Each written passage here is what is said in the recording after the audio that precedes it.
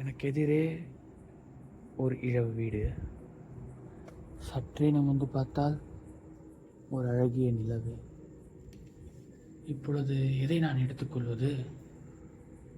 அந்த நிலவின் அழகையா, அல்லது இறந்ததனால் ஏற்படும் துக்கத்தில் வரும் பரிதாபத்தையா?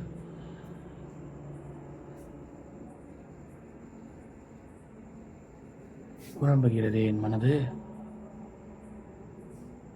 மனிதன் பிறந்து வாழ்ந்து இறப்பதுதான் உலக நீதி. ஆனால் அதை ஏன் மனம் ஏற்றுக்கொள்ளவில்லை?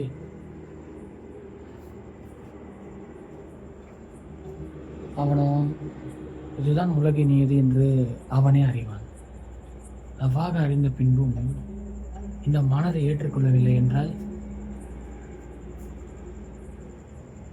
இவ்வளவு ஆண்டுகள் இந்த மனிதன் உலகில் வாழ்ந்து மடிந்து மீண்டும் உயிர்த்தெழுந்து நடந்த பின்பும் அவனால் புரிந்து கொள்ள முடியாத ஒன்று ஒரு மனிதனின் மனது மட்டும்தானே.